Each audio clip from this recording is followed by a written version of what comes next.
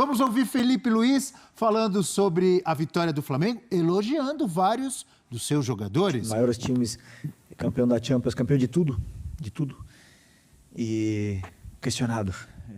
E aí você vê, quando joga no Brasil, sobra de um jeito que nós não conseguimos entender, né, os que estão aqui no Brasil. O titular e o time reserva. Então você sabe hoje quem é quem no Flamengo. Quem é o titular e quem é o reserva de cada posição. E esses jogadores sabem o que precisam fazer para o time render. Porque tem qualidade com a bola para jogar como um defensor. E o principal deles, para mim, ressaltando novamente o aspecto defensivo do Flamengo, o Léo Ortiz. O que joga o Léo Ortiz é uma coisa assombrosa. Meus amigos, e o Flamengo, hein, deitou no clássico entre Flamengo e Botafogo. O Mengão que venceu o time do Botafogo e chegou à liderança do Campeonato Carioca. Sem contar que o Cleiton, né, foi lá e deu um boxe no Danilo Barbosa, que ficou sem o dente. Vamos acompanhar a imprensa repercutindo os bastidores dessa vitória de Flamengo 1, Botafogo 0. Os créditos eu quero deixar para o canal da ESPN Brasil. O link deles está aqui na descrição desse vídeo. Agora vem comigo e vamos acompanhar o que eles falaram sobre esse clássico entre Flamengo e Botafogo. Roda aí, produção! Vamos ouvir Felipe Luiz falando sobre a vitória do Flamengo, elogiando vários dos seus jogadores. O professor Felipe Luiz, olha aí. O Danilo é o tipo de jogador que tem que vir muitas vezes para o Brasil para ser valorizado, né? Porque é um cara que passa, não sei, 12, 13, 14 anos na Europa jogando só nos maiores times, campeão da Champions, campeão de tudo, e questionado. E aí você vê, quando joga no Brasil, sobra de um jeito que nós não conseguimos entender, né, os que estão aqui no Brasil.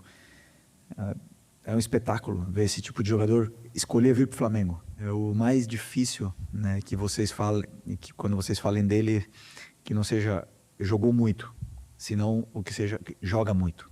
É muito diferente, jogou muito do que joga muito. E o Wesley se converteu nisso, né? Joga muito. E como eu falei para vocês, hoje ele marcou durante muito momento o titular da seleção brasileira, que era o Igor Jesus, como se não fosse nada. Marca os jogadores que passem ali por ele, e ele está, e nisso na defesa, sem falar do ataque, né? Então ele está num nível muito alto. Falar do Varela é muito fácil para mim, porque adoro ele, foi meu companheiro, e faz um jogo desse, num clássico, depois de uma semana sem treinar. Me deixa muito orgulhoso. É o tipo de homem que nós temos aqui, de jogador que coloca o escudo acima de tudo. Eugênio, o professor está feliz. Tem que estar feliz, né? O Flamengo é líder do Campeonato Carioca após a vitória ontem no jogo atrasado, né? Um jogo isolado, que não aconteceu antes em função da decisão, né, da Supercopa do Brasil. Então, com a vitória de ontem, ele empata em pontos com Volta Redonda, mas supera no saldo de gols. E por isso é o líder do campeonato, e o Botafogo continua fora da zona de classificação. Então muda um pouquinho, porque hoje a semifinal seria Flamengo e Vasco, Volta Redonda e Sampaio Corrêa.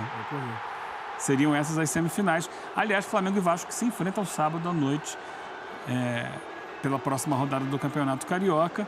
O Flamengo...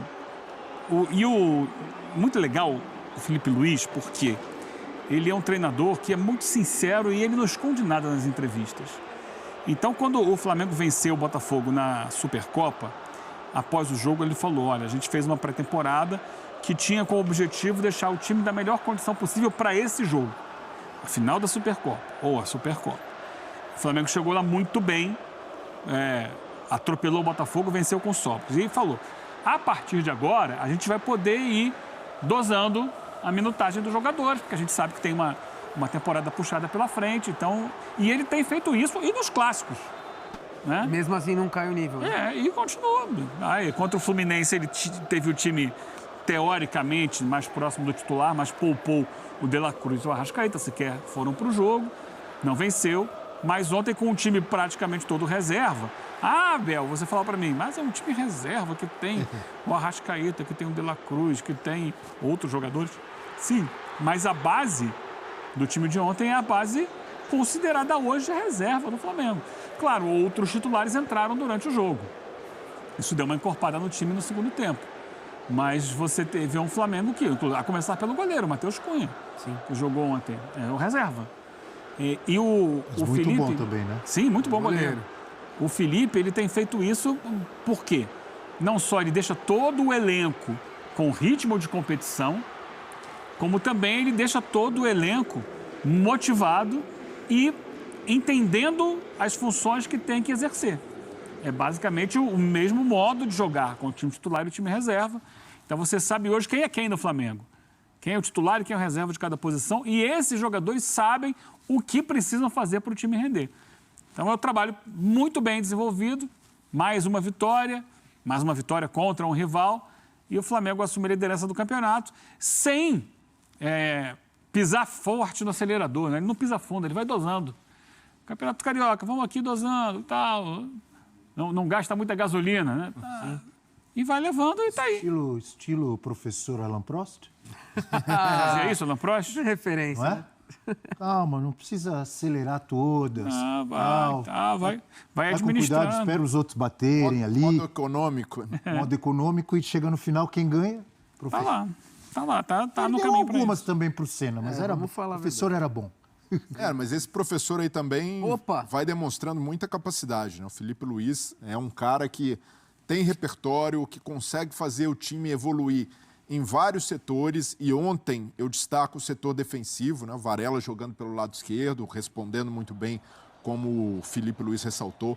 O Wesley, o que cresceu o Wesley no aspecto defensivo? Porque o Wesley era aquele típico lateral que a gente falava, olha, é bom no apoio, sobe bem, mas defensivamente deixa muitos espaços. Perigo. Hoje não. E com o Felipe Luiz, ele tem sanado essa deficiência que era da carreira dele, uma deficiência crônica, jogando cada vez melhor como um lateral defensivo. Só um detalhe, essas são imagens de arquivo do ano passado. Porque Deve tá ser ali o Landim, título Marcos da Copa do Braz. Brasil, né?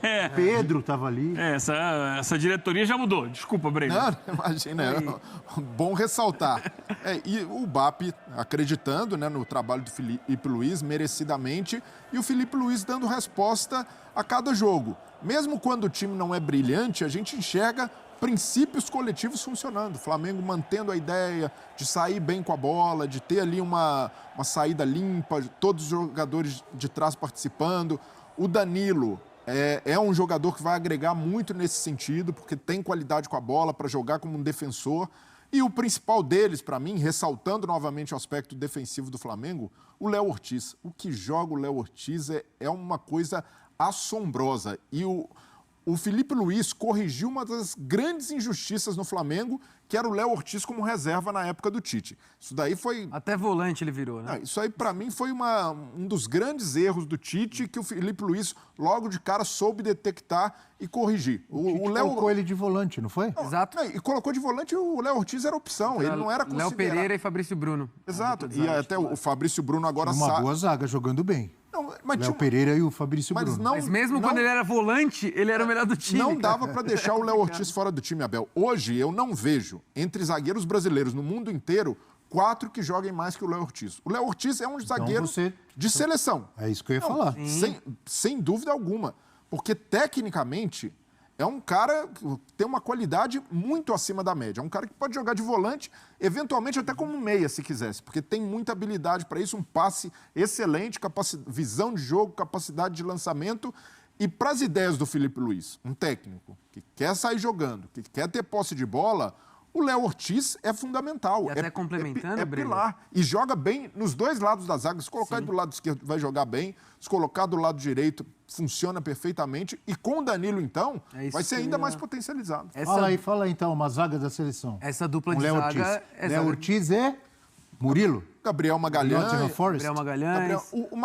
O Marquinhos está bem no PSG. Voltou a retomar o seu melhor nível. Mas na seleção, tem tido dificuldade. Então, o Léo Ortiz pode ser uma opção. E até com mais qualidade ainda na saída de bola. Eu não acho absurdo nenhum tratar o Léo Ortiz. O Léo Ortiz precisa ser observado. Selecionável. E jogando com frequência, como titular absoluto com o Felipe Luiz, um técnico que está mostrando que tem essa capacidade de melhorar jogadores e favorecer jogadores técnicos, não tenho dúvida nenhuma que em breve o Léo Ortiz vai ser titular da seleção. Eugênio? Ou você vê um Breler emocionado, empolgado? Ou você pensa igual? Eu acho que seleção é sempre um nível acima, né? Em relação aos jogadores que atuam no futebol brasileiro. Mas eu acho que ele pode, sim, ser lembrado e ser testado. O problema é que o nível de exigência é muito alto, né? A gente está numa reta final de eliminatórias aí. Eu acho que já passou o período de testes. Ele é um zagueiro muito bom com a bola no pé. Você vai lembrar, quando ele foi contratado para o Flamengo, que eu falei aqui, que ele seria o... Mas eu não lembro, sua memória já foi melhor. Se você falar, eu vou... Camisa 10 da zaga. Você falou, camisa 10 da zaga. Camisa 10 da zaga, porque é um jogador com uma qualidade técnica, uma habilidade para passe, para visão de jogo, muito acima da média para o que se tem de zagueiros. E ele foi contratado para isso. Sim. Só que ano passado o Tite achou por bem, uma decisão dele, não mexer no Fabrício Bruno, que estava jogando. E era um jogador também que foi convocado para a seleção brasileira quando jogava pelo Flamengo.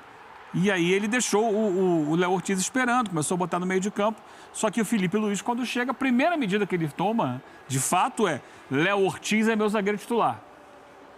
Vai tirar o Fabrício Bruno, não tem problema. Tira, o Fabrício não gostou, depois foi pro Cruzeiro. E a justificativa muito plausível, pelo estilo de jogo do Felipe Luiz. Ele quer um zagueiro com bom passe para sair de forma qualificada. E eu lembrei que você falou camisa 10 da zaga, porque nós sugerimos até uma canção para Jorge Ben. É isso. Camisa 10 da zaga. Fala, Joãozinho. Genial, sensacional. E ainda falando do setor defensivo, turma, observando Léo Ortiz e Danilo juntos, um entrosamento que parece que já existia há muito tempo, assim, uma bela dupla de zaga que o Flamengo possui hoje, para mim a zaga titular sem dúvidas. Agora, Pereira hoje é reserva. É uma zaga muito técnica, sim, mas sem aquela coisa da zaga forte, alta, veloz. É um estilo diferente, assim, para mim a melhor dupla de zaga do futebol brasileiro no ano passado foi Barbosa e Bastos. E eles possuem características completamente opostas de Léo Ortiz e Danilo. Não que uma seja melhor que a outra, eu acho que são as duas melhores, talvez, duplas de zaga do futebol brasileiro atual. Mas queria mais uma vez... O Felipe Luiz, ele, na sonora que a gente escutou, ele salientou muito bem 3 atletas, Varela, Mateuzinho e o Danilo. Queria falar só um pouquinho mais sobre o Danilo, que chegou... Tem gente que fica com o pé atrás por conta do... ontem, né? Exato. E tirou uma bola em cima da linha, assim, vestiu a camisa como se imaginava. Eu tenho um colega, o Celso Ardengue, que trabalhou aqui com a gente, que quando o Danilo é apresentado, ele fala, muita gente torce um pouco o nariz para o Danilo atualmente pelas últimas atuações na seleção. E é completamente errado você analisar esse Danilo que chega para o Flamengo pelo que ele apresentava na seleção, porque ele, por clube, ele é outro jogador. Pela Juventus, ele já vinha jogando como zagueiro e jogando bem. Hoje, pelo Flamengo, ele joga na zaga como a gente imaginava que ia ser. Ninguém imaginava o Danilo vindo para reforçar a lateral, até porque o Flamengo tem muitas opções pela lateral. O Danilo hoje, pela zaga, como o Felipe Luiz disse, vai sobrar. E com o Léo Ortiz do lado, para mim, é o que eu falei, tem Bastos e Barbosa, que é uma dupla que eu sou fã. Danilo e Léo Ortiz, para mim, hoje, podem fazer tranquilamente uma das melhores duplas de zaga do futebol brasileiro. Hoje, pelo momento, seria injusto barrar o Léo Pereira também, que tá bem, né? Claro, o Danilo vai ter que brigar pelo espaço. O Danilo vai ter que brigar, mas bola por bola, eu acho que ele vai sobrar e vai sobrar também pro Léo Pereira e acabar brigando mais. A contradição do Breler, você viu? Quando chegou o Léo Ortiz, eu falei, mas Léo Pereira, Fabrício Bruno estavam jogando bem. Não, mas chegou o Léo Pereira, tem que jogar. Agora, chegou o Léo Pereira, não, chegou o Léo Ortiz, tem que jogar. Agora ele fala que o Danilo tem que esperar porque o Léo Pereira está bem. Tem que decidir o que o senhor quer, senhor Breler. Não, mas a dupla titular do Flamengo, para mim, continua sendo Léo Ortiz e Léo Pereira. Se complementam. Com chance de mudar, né? E o Danilo... Mas o Danilo chega, você não fala assim, toma a camisa que é tua. Não, mas o Danilo é um cara que parece ser tão tranquilo ali, uma liderança tão positiva... Que pode ficar no banco? Que ele vai... É isso. Não, mas hoje, por exemplo, Danilo é um craque, o Felipe Luiz elogiou, mas o Léo Pereira vem de um momento muito bom desde a temporada passada, muito regular. Concordo. Talvez jogando muito mesmo. Período mais regular. Tem um elenco bom demais, né, turma? Tem elenco tem muito problema bom e que usar tem. esse elenco. O Abel tem memória fraca, mas ano passado eu cansei de falar aqui que o Tite devia ter 2 times. Ora joga um, ora joga outro. Claro que você pode usar alguns jogadores e tal. Passei o ano inteiro falando isso. Aí chegou uma hora, o elenco tá cansado, estafado. Não sei. No fim, ele só tinha os goleiros de Copa e goleiros de Brasileiro. E agora você vê, Felipe Luiz está mostrando. Não é inovação, não. No próprio Flamengo, em 2022, o Dorival fez isso. Eram 2 times. O Felipão fez isso em 2018 no Palmeiras. É que Foi aqui é campeão dentro do brasileiro com campeonato time mesmo. reserva. Né? Time reserva. Dentro do mesmo campeonato. O time da quarta-feira e o time do domingo, ou do sábado. Time do final de semana. Claro que ele vai mesclar isso lá na frente, mas é fundamental saber usar o elenco. Rodar o time, tá? Deixar todo mundo motivado, deixar todo mundo pronto, todos os jogadores dentro da mesma ideia. Isso é fundamental. Se você só usa 11, se fecha com aqueles 11 ali, pensando especialmente numa temporada como o Flamengo vai ter, com o Mundial de Clubes, com a Copa do Brasil, com o Libertadores, com o Campeonato Carioca, Campeonato Brasileiro, quem sabe lá na frente um outro Mundial, se o Flamengo ganhar a Libertadores. Imagina isso, porque o Brasileirão termina dia 21 de dezembro. É uma loucura, você tem que usar o elenco, você não pode se fechar num time só. E falando nessa questão de elenco, uma coisa que pode preocupar um pouco a torcida do Flamengo é como os jogadores do setor ofensivo, principalmente os atacantes, sofrem com lesões, né? O Flamengo já sofreu com o Luiz Araújo, o Everton Cebolinha machucados no ano passado, o Pedro está afastado há muito tempo e agora o Juninho, também numa entrada ali do Barbosa, acabou saindo. Foi machucado. Foi machucado, a gente estava falando aqui brincando. Atenção, vou chamar um lance agora, já deixando minha opinião, que é a expulsão mais absurda não marcada nos últimos tempos. Já sabem de que lance estou falando. Opa! Cotovelada do De La Cruz. Foi em quem? No Matheus? Matheus Martins. Matheus Martins. Olha o lance e depois já vai entrar o comentário da Renata Ruel. Veja você, torcedor do Flamengo, se você não concorda comigo, que é a expulsão mais absurda não marcada dos últimos tempos. Se o árbitro não viu, o bandeirinha estava ali na frente e o VAR não chamou, é uma vergonha. Não é? Concordo. Vermelho, sem dúvidas. Bandeira de frente, né? Lembra até o do Gabigol, não lembra? Um pouco o lance do Gabigol. Lembra no clássico? bastante. Lembra Então, bastante. o Renata Gabigol foi Ruel. expulso. E a gente lá. já fala mais, Joãozinho. Vamos Bora com a lá. Renata Ruel. Vamos lá. A grande polêmica no clássico Flamengo e Botafogo é a não expulsão do De La Cruz. No lance em cima do Matheus Martins. O De La Cruz, ele arma o braço, ele faz um movimento de gatilho, sim. Tem uma conduta violenta que, pela regra do jogo, é cartão vermelho. E não tem disputa de bola, porque a bola está embaixo. Como o movimento é em cima, pela regra é considerado que não há disputa de bola no lance. Conduta violenta é quando age com brutalidade, quando atinge principalmente uma parte sensível, rosto, pescoço do adversário, com uma certa força, com uma força significativa, não precisa ser força excessiva. Ou seja, o movimento do De La Cruz caracteriza sim uma conduta violenta. Errou o VAR feio em não sugerir a revisão. É um erro claro, é um erro óbvio nesse tipo de lance. O De La Cruz tinha que ter sido expulso por conduta violenta, sim, errou a arbitragem no clássico. Opine também, João Gonzalez. Assim, não tem nem muito o que discutir, né, Abel? Para mim é um escárnio um lance desse não resultar em cartão vermelho e poderia ter dado um resultado talvez diferente para a partida, porque quando você fica com um a menos, né, o Botafogo não vive o melhor momento, mas é um clássico e aí ele poderia crescer na partida, até porque podia estava mudar 0-0. o rumo do jogo, claro que sim. Exato, você perde ali um jogador de extrema qualidade que é o De La Cruz, que foi completamente imprudente, uma entrada desnecessária, porque ali não era um lance de perigo, algo que ele precisava fazer uma falta, né, mais forte para ajudar o Flamengo. Não, ele entra ali com o cotovelão estendido, assim como o Gabigol fez no clássico em Minas e foi expulso ali assim que o VAR chamou. Eu não consigo entender o porquê que o VAR não atuou no clássico carioca. Sorte do Isso Flamengo. é difícil porque de entender mesmo. Não Ah, mas, consigo. assim, não O árbitro estava bem posicionado, inclusive, se a gente olhar também, tá? Mas o árbitro pode o culpado é o VAR. pode até ter sido prejudicado porque o De La Cruz toma a frente ali, pode ser o que árbitro ali, isso. ele tenha tido a visão comprometida nesse momento, mas o Bandeira tá ali de frente, Não, e você tá vê perto. que o Matheus Martins cai, acenando que sofreu ali uma agressão, você pergunta pro VAR. O VAR tem todas as câmeras. Isso aí, pra mim, é um lance... O Bandeira pode estar até olhando para o outro lado, tentando ver a linha de impedimento, pode não ter visto, pode acontecer. Mas o VAR tem que chamar. O árbitro de vídeo tem 10 monitores ali na frente. Mas aí pra- a gente também tira muito a responsabilidade dos caras de campo. Esse é um lance que tem que ser visto. É um movimento. O De La Cruz faz um movimento, deixa o braço esticando. Mesmo que não tenha a visão completa, você percebe pelo movimento do jogador.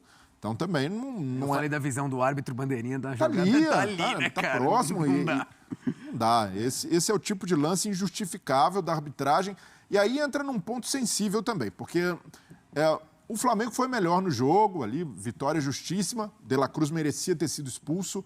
Mas se a gente analisar outras coisas, por exemplo, o Barbosa teve a entrada que dá no Juninho, o Juninho sai machucado. E o Barbosa fez várias outras faltas para cartão amarelo e ele só vai tomar o cartão aos 43 do segundo tempo. Então, quando os árbitros vão permitindo isso, de certa forma, a gente sempre condena o comportamento dos jogadores. Quando vão para pancadaria, como aconteceu no final, uma coisa absurda e merecia... Foram poucas expulsões até, pelo que aconteceu. E ali o Barbosa vai ali para cima do Bruno Henrique e é o gatilho de toda a confusão. Mas se durante o jogo o árbitro tivesse tomado as medidas disciplinares, diminui-se a chance de acontecer isso aí, porque vai se autorizando um nível de agressividade durante o próprio jogo. Sem dúvidas. Então, a responsabilidade maior é dos atletas. O atleta nenhum profissional pode fazer isso aí e deve se envergonhar quando uma briga generalizada dessa acontece. Mas a arbitragem, muitas vezes, cria esse clima, porque vai deixando de tomar várias medidas preventivas para deixar que um clássico, e todo clássico é quente, tem rivalidade, isso aí, a tensão acontece, é flagrante, mas a arbitragem precisa coibir os excessos. E ontem, no clássico, não coibiu. Excesso do De La Cruz, que era para expulsão, não expulsou. Barbosa deveria ter tomado cartão amarelo bem antes, no primeiro tempo até, só foi tomar no final do jogo. E aí a gente vai em São Paulo, por exemplo, o Memphis ali poderia ter tomado o cartão antes, o Zé Ivaldo com o cartão dá uma mãozada para trás no Garro, nada acontece, já tinha cartão amarelo. Então, os atletas, mesmo os caras que já têm advertência, eles sabem que a arbitragem, muitas vezes, é conivente, é permissiva com isso. Então, a arbitragem ontem também teve seu papel na confusão, nas cenas de violência. Sim. Porque deixou o jogo descambar para isso, não tomou as medidas disciplinares necessárias quando o jogo pedia para esfriar os ânimos, para mostrar que a autoridade é o árbitro. E isso é diferente do árbitro chegar num jogo e sair distribuindo cartão à torta e à direito, ou aquele árbitro espetaculoso que sai ali e grita com o adversário. É exercer a autoridade de uma maneira objetiva. O cara fez uma falta para cartão vermelho, tem de expulsar, e não interessa se é no primeiro tempo. A gente lembra no ano passado, Abel, quando o Rafa Silva do Cruzeiro foi expulso com menos de 1 minuto contra o Atlético Paranaense. Não, foi menos de 30 segundos. E ninguém questionou o árbitro, porque era a decisão correta a se fazer. Uma decisão do atleta temerária, e se ele faz isso com 1 minuto de jogo ou com 30 do primeiro tempo... Virou pugilismo, hein? Tem de ser expulso, porque senão vai se autorizando um nível de violência que os atletas se sentem tranquilos para chegar no final do jogo e brigar, transformar um campo num ringue. Então, a arbitragem... Coisa deprimente, hein? Mas começou no campo, foi lá pro túnel, pro vestiário. Os jogadores do Botafogo esperando, os jogadores do Flamengo no túnel. É deprimente, é responsabilidade total dos atletas, tem de ser punidos de fato, isso daí não pode acontecer. Mas a arbitragem precisa também entender o seu papel preventivo, em evitar que esse clima de tensão, sobretudo em clássicos, descambe para violência total, porque os árbitros simplesmente não querem dar cartão amarelo. O Barbosa, por exemplo, na Supercopa... Eu concordo com você, mas eu ainda acho os jogadores maiores culpados pelo que aconteceu ontem. Sem dúvida. Uma baixaria que eu vou te falar. Sem dúvida aí o outro alguma. quer dar uma de machão, aí vai embora sem dente. Sem dúvida. Tudo deprimente. Sem dúvida alguma. Mas o Barbosa, por exemplo, é um cara que tem... Ele foi embora sobe sem o nível dente, de essa foi tensão boa. do jogo. Ele é um cara provocativo, faz muitas faltas, muitas vezes faltas duras. Se a arbitragem não coíbe, e não é o único jogador que faz isso, são vários.